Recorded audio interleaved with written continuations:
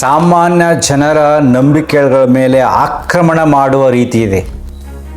ಹಿಂದೂ ಧರ್ಮದ ಅರ್ಥವನ್ನು ತಿಳಿಯಲು ಶ್ರದ್ಧೆಯಿಂದ ಹೈಟೆಕ್ ಪೂಜಾ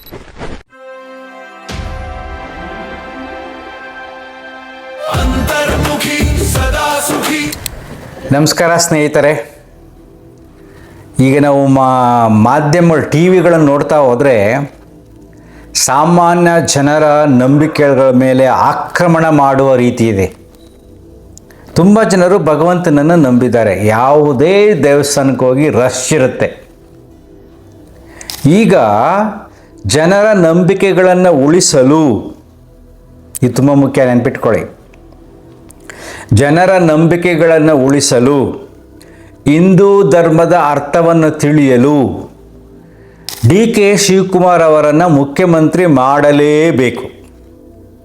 ಅವ್ರು ಏನಾದರೂ ಮುಖ್ಯಮಂತ್ರಿ ಆಗಿಲ್ಲ ಅಂದರೆ ಜನರಲ್ಲಿ ತುಂಬ ಗೊಂದಲಗಳು ಉಂಟಾಗುತ್ತೆ. ಹೇಗೆಂದರೆ ಅವ್ರು ಮುಖ್ಯಮಂತ್ರಿ ಆಗಬೇಕು ಅಂತ ಎಲ್ಲ ಕಡೆ ವಿಶೇಷವಾದ ಪೂಜೆಗಳನ್ನು ಸುಮ್ಮನೆ ಮಾಡಿಲ್ಲ, ಶ್ರದ್ಧೆಯಿಂದ ಹೈಟೆಕ್ ಪೂಜಾ ಅಂತ ಕರಿತೀವಲ್ವಾ, ಅದರಲ್ಲಿ ಯಾವುದು ಕೊರತೆ ಇರಬಾರ್ದು, ಶ್ರದ್ಧೆಯಿಂದ ಮಾಡಿದ್ದಾರೆ. ತಮಿಳ್ನಾಡಲ್ಲಿ ಮಾಡಿದ್ದಾರೆ, ಕೇರಳದಲ್ಲಿ ಮಾಡಿದ್ದಾರೆ, ಕರ್ನಾಟಕದಲ್ಲಿ ಎಲ್ಲೆಲ್ಲಿ ಇರುತ್ತೋ ಅಲ್ಲಲ್ಲಿ ಮಾಡ್ತಾರೆ. ಈಗಲಂತೂ ಇನ್ನೂ ಜಾಸ್ತಿ ಮಾಡ್ತಾ ಇದ್ದಾರೆ ಪೂಜೆಗಳನ್ನು. ಅದರಲ್ಲಿ ವಿಶಿಷ್ಟ ಏನಪ್ಪ ಅಂದರೆ, ಕೆಲವು ದೇವಸ್ಥಾನಗಳಲ್ಲಿ, ಉದಾಹರಣೆಗೆ ಹಾಸನಾಂಬೆ ದೇವಸ್ಥಾನದಲ್ಲಿ ಬಲಗಡೆಯಿಂದ ಹೂ ಪ್ರಸಾದ ಆಯಿತು, ಇನ್ನೊಂದು ದೇವಸ್ಥಾನದಲ್ಲಿ ಒಂದು ಪ್ರಸಾದ ಆಯಿತು, ಮೊನ್ನೆ ಯಾವುದೋ ಒಂದು ದೇವಸ್ಥಾನದಲ್ಲಿ ಒಂದು ಪ್ರಸಾದ ಆಯಿತು, ಹೂ ಬೀಳ್ತು. ಗ್ಯಾರಂಟಿ ಮುಖ್ಯಮಂತ್ರಿ ಆಗ್ತಾರೆ ಅಂತ ಹೇಳ್ತಾನೆ ಅವರೇ. ಯಾರೋ ಹೋಗಿ ಒಂದು ಪೂಜೆ ಮಾಡ್ಕೊಂಡು ಬಂದಿದ್ರೆ ಗೊತ್ತಾಗ್ತಿರ್ಲಿಲ್ಲ. ಇವ್ರು ಹೋದ ತಕ್ಷಣ ಎಲ್ಲಿ ಹೋಗ್ತಾರೆ, ಏನು ಮಾಡ್ತಾರೆ, ಯಾವ ಹೋಮ, ಶತ್ರುನಾಶಕ ಹೋಮ, ಇನ್ನೇನೇನು ಬೇಕೋ ಎಲ್ಲ ಬಂದ್ಬಿಡುತ್ತೆ. ಅದ್ರ ಜೊತೆಗೆ ಈ ಒಂದಷ್ಟು ಜ್ಞಾನಿಗಳಿರ್ತಾರೆ, ಆತ್ಮಜ್ಞಾನಿಗಳು, ಅವರು ಟಿ ವಿನಲ್ಲಿ ಎಕ್ಸ್ಪ್ಲೇನ್ ಮಾಡ್ತಾರೆ, ಈ ಪೂಜೆ ಮಾಡಿದ್ರೆ ಹಿಂಗಾಗುತ್ತೆ ಅಂತ. ಮತ್ತು ಜ್ಯೋತಿಷ್ಯಗಾರರು ಬರ್ತಾರೆ, ಆಧ್ಯಾತ್ಮಿಕ ಚಿಂತಕರು ಬರ್ತಾರೆ. ಸೊ ಇವೆಲ್ಲವನ್ನು ಜನರು ನೋಡ್ತಾ ಹೋದಾಗ ಸಾಮಾನ್ಯ ಜನರ ಮನಸ್ಸಿನಲ್ಲಿ ಒಂದು ಗೊಂದಲ ಉಂಟಾಗುತ್ತೆ. ಇವರೆಲ್ಲ ಮುಖ್ಯಮಂತ್ರಿ ಆಗಿಲ್ಲ ಅಂದರೆ, ಹಾಗಾದರೆ ಅಷ್ಟೊಂದು ಪೂಜೆ ಮಾಡಿದವರು ಆಗಿಲ್ಲ ಅಂದರೆ ದೇವ್ರು ಏನು ಮಾಡ್ದ? ನಾವು ಸಣ್ಣ ಪುಟ್ಟ ಪೂಜೆ ಮಾಡ್ತೀವಿ, ನಮಗೆ ದೇವರು ಒಲಿತಾನ, ನಮ್ಮ ಕಷ್ಟಗಳನ್ನು ಪರಿಹಾರ ಮಾಡ್ತಾನ ಅಂತ ಪ್ರಶ್ನೆಗಳು ಉಂಟಾಗ್ಬಿಡುತ್ತೆ. ಸಿದ್ದರಾಮಯ್ಯವರು ಆರಾಮಾಗಿದ್ದಾರೆ, ನಾಟಿ ಕೋಳಿ ಸಾರು ತಿನ್ಕೊಂಡು ಊಟ ಮಾಡಿಕೊಂಡು ನೆಮ್ಮದಿಯಾಗಿದ್ದಾರೆ. ಅವ್ರ ಸುತ್ತಮುತ್ತ ಇರ್ತಕ್ಕಂಥ ಜನಗಳೆಲ್ಲ ಜಾಸ್ತಿ ಜನ ಯಾರೂ ಪೂಜೆ ಪುನಸ್ಕಾರಗಳನ್ನು, ಹೋಮ ಹವನಗಳನ್ನು ಇನ್ಕ್ಲೂಡಿಂಗ್ ಸಿದ್ದರಾಮಯ್ಯವರು ಮಾಡೋದಿಲ್ಲ. ಸತೀಶ್ ಜಾರಕಿಹೊಳಿ ಅಂತ ಅವರ ಸ್ಮಶಾನದಲ್ಲಿ ಹೋಗಿ ಕಾರ್ಯಕ್ರಮ ಮಾಡ್ತಾಯಿದ್ರು. ಅವ್ರು ಇದನ್ನೆಲ್ಲ ಯಾವುದೂ ನಂಬೋದಿಲ್ಲ. ಈಗ ಅವರೊಂದು ಗ್ರೂಪ್ ಮಾಡ್ಕೊಂಡಿದ್ದಾರೆ. ಸೊ ಇವರೆಲ್ಲ ಗ್ರೂಪ್ ಮಾಡಿಕೊಂಡು ಕಂಟ್ರೋಲ್ ಮಾಡ್ತಾ ಇದ್ದಾರೆ. ಅಲ್ಲಿ ಸೆಂಟ್ರಲ್ ಹೈಕಮಾಂಡ್ ಇರೋದು ಅವರೊಬ್ಬರು ಕ್ರಿಶ್ಚಿಯನ್ಸು, ಇನ್ನೊಬ್ರು ಏನೇನೋ ಧರ್ಮಗಳು ಎಲ್ಲ ಇದ್ಕೊಂಡು ಅವ್ರು ಹಂಗೆ ಮಾಡ್ತಿದ್ದಾರೆ. ಇವರೆಲ್ಲರ ವಿರುದ್ಧವಾಗಿ ಭಕ್ತಿಯಿಂದ ಶಿವಕುಮಾರ್ ಅವರು ಹೋರಾಟ ಮಾಡ್ತಿದ್ದಾರೆ. ದೈವ ಶಕ್ತಿ ಬೇಕು ನನಗೆ, ಜೊತೆಗೆ ಬೇರೆಲ್ಲ ಕುತಂತ್ರಗಳನ್ನು ಮಾಡಬೇಕು, ತಂತ್ರಗಾರಿಕೆಯನ್ನು ಮಾಡಬೇಕು, ಎಲ್ಲವನ್ನೂ ಮಾಡಬೇಕು. ಆ ತಂತ್ರಗಾರಿಕೆಗೆ ಶಕ್ತಿ ಭಗವಂತನದು ಬೇಕು. ಬರೀ ಭಗವಂತನ ಭಕ್ತಿಯೇ, ಭಗವಂತನ ಶಕ್ತಿಯೇ ಇವ್ರು ಕೆಲಸ ಮಾಡಲ್ಲ. ಏನು, ತಂತ್ರಗಾರಿಕೆಗೆ ಭಗವಂತನ ಶಕ್ತಿ ಬೇಕು. ಸೊ ಓಕೆಪ್ಪ, ಫೈನ್, ಏನೋ ಮಾಡ್ತಾರೆ. ಡಿ.ಕೆ. ಶಿವಕುಮಾರ್ ಮುಖ್ಯಮಂತ್ರಿ ಆಗಲಿಲ್ಲ ಅಂದರೆ ದೇವರ ಮೇಲೆ ನಂಬಿಕೆ ಹೋಗ್ಬಿಡುತ್ತೆ. ಇಷ್ಟೊಂದು ಶ್ರೇಷ್ಠವಾದ ಪೂಜೆಗಳನ್ನೇ ಮಾಡಿ ಆಗಲಿಲ್ಲ ಅಂದರೆ ಏನಪ್ಪ ನಮ್ಮಂಥವ್ರ ಕತೆ ಅಂತಾರೆ. ಇದು ತುಂಬ ಸೂಕ್ಷ್ಮವಾಗಿ ಯೋಚನೆ ಮಾಡಬೇಕು.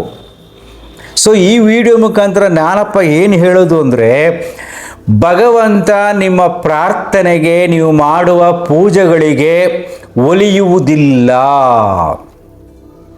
ಈ ಸೃಷ್ಟಿ ಕ್ರಿಯೆಯಲ್ಲಿ ಭಗವಂತನ ನಿಯಮಗಳು ಏನಿದೆಯೋ ಅಂದರೆ, ಆಧ್ಯಾತ್ಮಿಕವಾಗಿ ಯೋಚನೆ ಮಾಡಿದಾಗ ಏನು ಇಲ್ಲದೆ ಪರಿಶುದ್ಧವಾದ ಮನಸ್ಸಿಗೆ ದೈವಿ ಶಕ್ತಿ, ದ ಕಾಸ್ಮಿಕ್ ಎನರ್ಜಿ ಸಹಾಯ ಮಾಡುತ್ತೆ.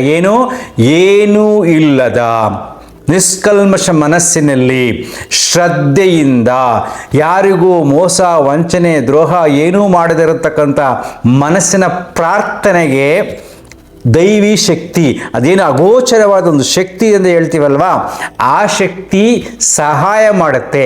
ಯಾಕೆಂದರೆ ಆ ಹೊರಗಿನ ಶಕ್ತಿಯೇ ಒಳಗಿನ ಶಕ್ತಿ, ಒಂದಕ್ಕೊಂದು ಕೋಆರ್ಡಿನೇಟ್ ಆಗುತ್ತೆ. The mind is totally clear.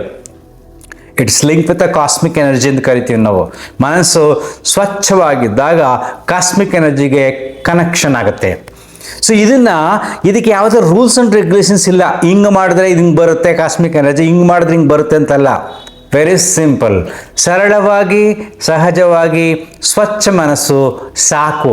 ಯಾವುದೇ ಪದಾರ್ಥಗಳು, ಯಾವುದೇ ಆಸೆಗಳಿಗೆ, ಯಾವುದೇ ರೀತಿಯಾದ ಹಣಕಾಸಿನ ವ್ಯವಹಾರಕ್ಕೆ ದೈವಿ ಶಕ್ತಿ ಒಲಿಯುವುದಿಲ್ಲ. ಯಾಕೆಂದರೆ ಅದು ಮಾನವನ ಮನಸ್ಸು ಹೇಗೆ ವರ್ತನೆ ಮಾಡುತ್ತೋ ಹಾಗೆ ದೈವಿ ಮನಸ್ಸು ವರ್ತನೆ ಮಾಡುವುದಿಲ್ಲ. ಬಿಕಾಸ್ ಅದೊಂದು ಅಗೋಚರವಾದ ಅದ್ಭುತವಾದ ಕಲ್ಪನೆಗೂ ನಿಲುಕದ ಶಕ್ತಿ, the cosmic energy. This is universe, the nature. So ನೀವು ಕನ್ಫ್ಯೂಸ್ ಮಾಡ್ಕೊಳಕ್ಕೆ ಹೋಗ್ಬೇಡಿ. ಓಕೆ, ಡಿ ಕೆ ಶಿವಕುಮಾರ್ ನಂಬಿಕೆಯಿಂದ ಪೂಜೆ ಮಾಡ್ತಾರೆ, ಮಾಡಿಕೊಳ್ಳಿ. ಯಾಕೆ ದೇವಸ್ಥಾನಗಳಿದೆ, ಮಾಡಲಿ, ಪ್ರಾರ್ಥನೆ ಮಾಡಲಿ. ಅವ್ರು ಮಾಡಿದ್ರು ಹಂಗಾಗಲಿಲ್ಲ, ನನಗೇನಾಗತ್ತೆ, ಬೇಕಾಗಿಲ್ಲ. ಅಥವಾ ಅವ್ರಿಗೆ ಆಗ್ಬಿಟ್ರು ಕೂಡ ತಲೆ ಕೆಡಿಸ್ಕೊಳಕ್ಕೆ ಹೋಗಬೇಡಿ. ಸೊ ಪೂಜೆಯಿಂದಲೇ ಆಯಿತು ಅನ್ನೋದು ಹೋಗಬೇಡಿ, ಸಾಧ್ಯನೇ ಇಲ್ಲ. ಪೂಜೆಯಿಂದ ಮುಖ್ಯಮಂತ್ರಿ ಆಗಲು ಸಾಧ್ಯವಿಲ್ಲ. ಸೊ ಮುಖ್ಯಮಂತ್ರಿ ಆಗಬೇಕಾದ್ರೆ ಬೇಕಷ್ಟು ಕಷ್ಟಪಡಬೇಕು, ಬೇಕಷ್ಟು ಹಣ ಖರ್ಚು ಮಾಡಬೇಕು. ಖರ್ಚು ಮಾಡಿದ್ರೆ ಅಷ್ಟೇ ಹಣವನ್ನು ಸಂಪಾದನೆ ಮಾಡಬೇಕು. ಸೊ ಇದು ಮನಸ್ಸಿಗೆ ಸಂಬಂಧಪಟ್ಟಂಥ, ಅಹಂಕಾರಕ್ಕೆ ಸಂಬಂಧಪಟ್ಟಂಥ ವಿಚಾರ. ಅದಕ್ಕೆ ಹೇಳ್ತಾರೆ ಮಂಕುತಿಮ್ಮನ ಕಗ್ಗದಲ್ಲಿ, ಅನ್ನದಾತುರಕ್ಕಿಂತ ಚಿನ್ನದಾತುರ ತೀಕ್ಷ್ಣ, ಚಿನ್ನದಾತುರಕ್ಕಿಂತ ಹೆಣ್ಣು ಗಂಡೊಲವು, ಮನ್ನಣೆಯ ದಾಹ ಎಲ್ಲದಕ್ಕೂ ತೀಕ್ಷ್ಣತಮ ತಿನ್ನುವುದು ಆತ್ಮವನ್ನೇ ಮಂಕುತಿಮ್ಮ. ಎಷ್ಟು ಸೊಗಸಾಗಿಳಿದ ನೋಡಿ. ಅನ್ನದಾತುರಕ್ಕಿಂತ ಚಿನ್ನದಾತುರ ತೀಕ್ಷ್ಣ. ಮೊದಲು ಊಟಕ್ಕೋಸ್ಕರ ಹೋರಾಟ ಮಾಡ್ತಾ ಇರ್ತೀವಿ. ಆ ಊಟ ಎಲ್ಲ ಸಿಕ್ಕಿದ ಮೇಲೆ ನನಗೆ ಲಕ್ಸುರಿ ಬೇಕು, ಚಿನ್ನದಾತುರ. ಚಿನ್ನದಾತುರಕ್ಕಿಂತ ಹೆಣ್ಣು ಗಂಡೊಲವು, ಪ್ರೀತಿ ಅನ್ನತಕ್ಕಂಥದ್ದು ಇದಕ್ಕಿಂತ ತುಂಬ ಸ್ಟ್ರಾಂಗು. ಮನ್ನಣೆಯ ದಾಹ, ನನ್ನನ್ನು ಗುರುತಿಸ್ಬೇಕು, ನಾನು ಗ್ರೇಟು. ಮನ್ನಣೆಯ ದಾಹ ಎಲ್ಲದಕ್ಕೂ ತೀಕ್ಷ್ಣತಮ ತಿನ್ನುವುದು ಆತ್ಮವನೇ ಮಂಕುತಿಮ್ಮ, ನಿನ್ನನ್ನೇ ತಿಂದುಬಿಡುತ್ತೆ ಅಂತ. ಸೊ ಡಿ ಕೆ ಶಿವಕುಮಾರ್ಗೆ ಹಣ ಇಲ್ವಾ, ಎಲ್ಲ ಇಲ್ವಾ, ಪ್ರತಿಯೊಂದು ಇದೆ. ಅವರಿಗೆ ಏನು ಬೇಕು, ಮನ್ನಣೆ ಬೇಕು. ಮನ್ನಣೆಯ ದಾಹ ಇದೆ, ನಾನು ಸಾಧಿಸಬೇಕು ಅಂತ. ಇಲ್ಲಿ ನಾನು ಯಾರನ್ನು ವಿಡಂಬನೆ ಮಾಡ್ತಾ ಇಲ್ಲ, ಮನಸ್ಸಿನ ಸ್ಥಿತಿಗಳನ್ನು ವಿಶ್ಲೇಷಣೆ ಮಾಡ್ತಾ ಇದ್ದೀನಿ. ಸೊ ಹಾಗೆ ನಾವು ಕೂಡ ಸಾಮಾಜಿಕವಾಗಿ ಟಿ ವಿನಲ್ಲಿ, ಮಾಧ್ಯಮಗಳಲ್ಲಿ, ಯೂಟ್ಯೂಬಲ್ಲಿ ಬರತಕ್ಕಂಥ ಈ ರೀತಿಯಾದ ದೈವಿ ಚಿಂತನೆಗಳ ಬಗ್ಗೆ ತಲೆ ಕೆಡಿಸ್ಕೊಳ್ಳೋಕ್ಕೆ ಹೋಗಬೇಡಿ. ಯಾವುದೇ ದೈವಿ ಚಿಂತನೆಗಳಿಗೆ ನಿಬಂಧನೆ ಇಲ್ಲ. ರೂಲ್ಸ್ ಬಂತು ಅಂದರೆ ಮನುಷ್ಯನ ಅಹಂಕಾರ ಆಡುತ್ತಿರುವ ಆಟಗಳು. ಅರ್ಥ ಆಗ್ತಿದೆಯಾ? ಇಷ್ಟು ಕೊಟ್ರೇ ಭಗವಂತ ಕೊಡ್ತಾನೆ ಅಂದರೆ ಅಗೈನ್ ಅಜ್ಞಾನದ ಮನಸ್ಸಿನ ಆಟಗಳು. ಅರ್ಥ ಆಯ್ತು? ಹಿಂಗೆ ಮಾಡಿದ್ರೆ ಒಳ್ಳೆಯದಾಗತ್ತೆ ಅಂತ ಮಾಡೋಕ್ಕೆ ಹೋದರೆ ಅದು ಮೌಢ್ಯದ ಮನಸ್ಸಿನ ಆಟಗಳು.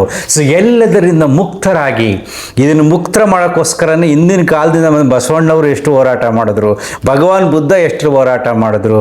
ಯಾವುದರ ಅವಶ್ಯಕತೆ ಇಲ್ಲ.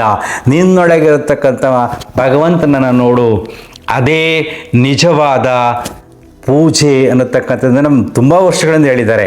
ಇದನ್ನು ಜನ ಅರ್ಥ ಮಾಡ್ಕೊಂಡಿಲ್ಲ, ಇನ್ನೂ ಒದ್ದಾಡ್ತಾ ಇದ್ದಾರೆ. ಅರ್ಥ ಆಗ್ತಿದೆಯಾ? ಸೊ ಡಿ ಕೆ ಶಿವಕುಮಾರ್ ಅವರು ಮುಖ್ಯಮಂತ್ರಿ ಆದರೆ ದೇವರಿಂದ ಅಂತ ಅನ್ಕೋಬೇಡಿ. ಮುಖ್ಯಮಂತ್ರಿ ಆಗಲಿಲ್ಲ ಅಂದರೆ ದೇವರು ಏನು ಮಾಡಿಲ್ಲ ಅಂತ ಅನ್ಕೋಬೇಡಿ. ಇದು ಪ್ರಕೃತಿಯ ಸಹಜ ನಿಯಮಗಳು, ಮನ್ನಣೆ, ಅಹಂಕಾರದ ಆಟಗಳು. ಅರ್ಥ ಆಗ್ತಿದೆಯಾ? Thank you. ಅಂತರ್ಮುಖಿ ಸದಾ ಸುಖಿ.